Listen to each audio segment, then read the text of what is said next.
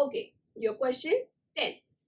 Question 10 here says, what is the major advantage of the producing plants by micro propagation? Okay, micro means small and propagation is to develop.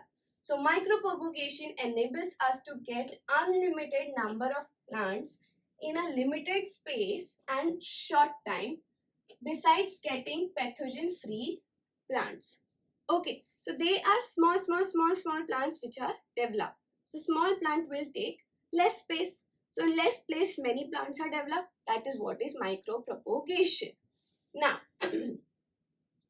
micropropagation enables us to develop unlimited number of plants in a limited space and short time, besides getting pathogen free plants. This is your answer number